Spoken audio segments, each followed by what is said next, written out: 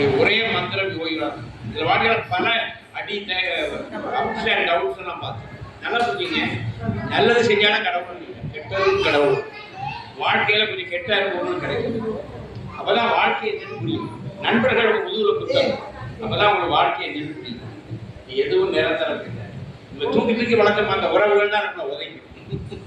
அதை நீ தாங்குற நீங்க வாழ்க்கையில நல்லதே எப்பவும் கேட்காதீங்க, சாமி கொஞ்சம் கெட்டதே வாங்கணும். ஏன்னா குந்தி மகாபாரத யுத்தம் முடிஞ்சு கண்ணன் விடை பெறுவான். பஞ்சபாண்டவர்கள் ஆட்சியை கொடுத்துட்டு கண்ணன் வந்து துவாரகைக்கு திரும்புறான். இப்ப அத்தனை சௌக்கியம் தானே, உனக்கு திருப்தி தானா, உன் பிள்ளைகளுக்கு ஏதாவது ஆட்சியை வாங்கி நான் கொடுத்துருக்கேன், திருப்தி தானான்னு கேட்பான். இல்ல கண்ணான்னு குந்தி ஏன்னு கேட்பான். எனக்கு நீ இன்னும் கொஞ்சம் கவலைகளை தாப்பான்னு சொல்றான்.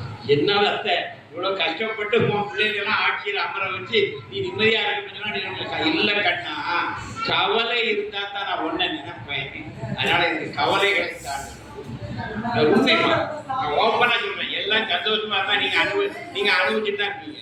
அப்பப்ப ஏன் ஆண்டவனுக்கு கஷ்டம் தரான் தெரியுமா? அப்பதான் நீங்க ஆண்டவனை மறக்காம இருக்கீங்க. அதனால புத்திசாலி கஷ்டங்களை தாங்குவோம். ஏமா இந்த ஜென்ம இதுக்கு தெரியுமா, நம்ம பூர்வ ஜென்மங்கள்ல பண்ண கர்மா கொஞ்சம் அந்த கர்மத்தை கரைக்கத்தான் உண்டு. இதை எவ்வளவு சீக்கிரம் புத்திசாலி சீக்கிரம் கரைச்சிட்டு போக பார்ப்போம். மூலகட்டம் தான் இப்ப வேண்டாம் இப்ப வேண்டாம் சொல்லுவாங்க. நீ இதை கரைக்காம இது போக முடியாது. 65 வயசு 75 வயசு கிடையாது அவதிப்பட்டு கரைக்காம 35 45 வயசு இருக்கும்போது கர்மத்தை கரைச்சிட்டுன்னா ஜம்மு உடம்பு தெம்பா இருக்கும்போது எவ்வளவு பெரிய பிரச்சனை அடிச்சு பார்த்துக்கலாம், தாங்கிக்கலாம். எனக்கு இப்ப வேணாம் சாமி இப்ப வேணாம் சாமி சாமி இறக்கப்பட்டு தள்ளி வைப்பாரு. கடைசியில் எப்போ வந்து தலையில விடுவோம். 65 75 கடையில் பிள்ளைகள் மதிக்காது, பேரப்பிள்ளை மதிக்காது, ஒன்று மதிக்காது. ஐயோ ஐயோ ஐயோ லவோன்னு நிறைய 65 பேரை நெஞ்சில் அடிச்சுட்டு கிடக்கு. வேற ஒண்ணும் இல்லை. கொண்டு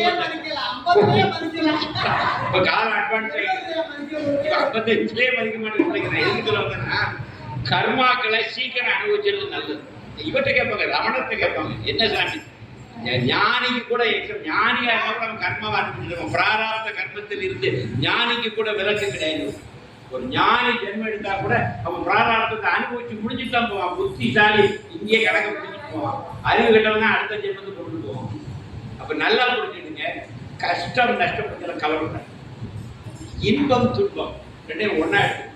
சார் பகல் இருந்தா ஒரு இரவு வந்துருக்கு, ஒரு மேடு இருந்தா ஒரு பள்ளம் வரும், உடல் இருந்தா 3 தடவை வருஷத்துல 3 தடவை தும்மல் இருப்பது வருங்களா, ஜலதோஷம் வருங்களா.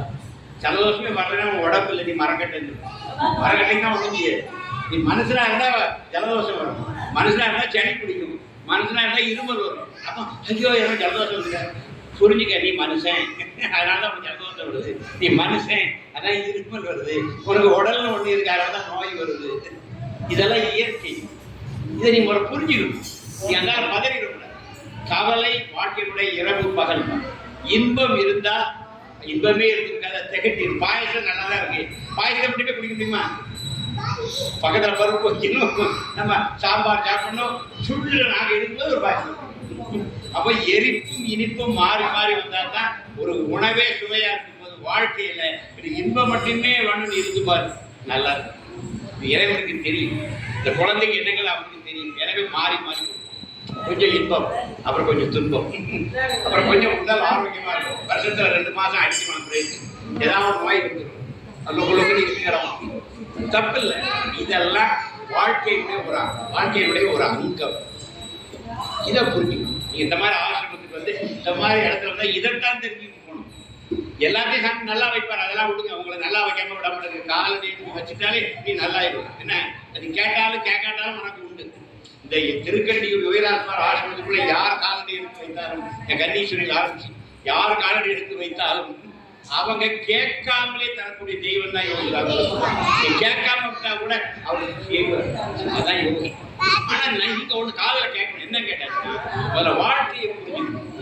வாழ்க்கைங்கிறது இன்பம் துன்பம் மாறி மாறி வர்றது, ஏற்ற இறக்கங்கள் இருக்கு, இதெல்லாம் கலந்ததுதான் வாழ்க்கை.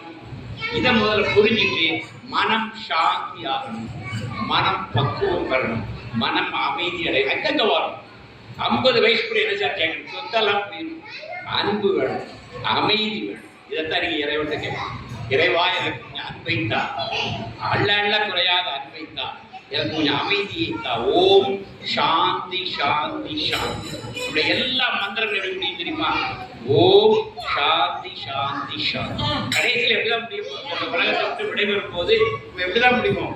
ஓம் சாந்தி சாந்தி சாந்தி முடியும். இந்த உலகத்தை விட்டு விடைபெறும் போது இதைத்தான் நம்ம கொண்டுட்டு போகும். அதனால நம்ம என்ன கேட்கணும் இறைவன்? எனக்கு அமைதியை தான், எனக்கு சாந்தியை தான்.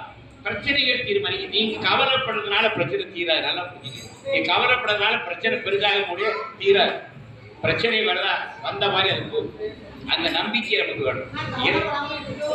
அது பழக்க தோஷம். பழக்க தோஷம் அது பழக்க தோஷம். தோஷத்தை மாற்றணும். நம்ம எப்படின்னா அந்த இடத்துல திட நம்பிக்கை இருக்கு. நான் இவ்வளவு பெரிய பகவான வணங்குறேன். அவரால் முடியாது, நம்மளால முடியாம இருக்கு. பட் அவரால் முடியாது. ஒரு சாமி வாழ்த்து சொன்னாரு, the word impossible is not in the dictionary of my father.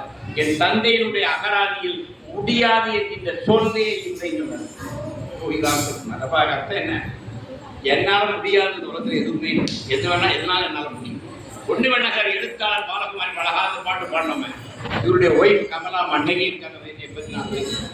அந்த அம்மாவுக்கு ஒரு 25 வயசு பண்ணாங்க. அம்மாவுக்கு 55 வயசு இருக்கும்போது ஒரு நோய் வந்துச்சு. காவேரி, அப்பவே காவேரி நர்சிங் ஹோம் இருக்கிற அட்மிட் பண்ணியிருக்காங்க. டாக்டர்லாம் சிடி சொல்லிட்டாங்க. அந்த அம்மாவுக்கு மண்டையை ஓபன் பண்ணி மூளையை ஓபன் பண்ணி ஒரு ஆப்ரேஷன்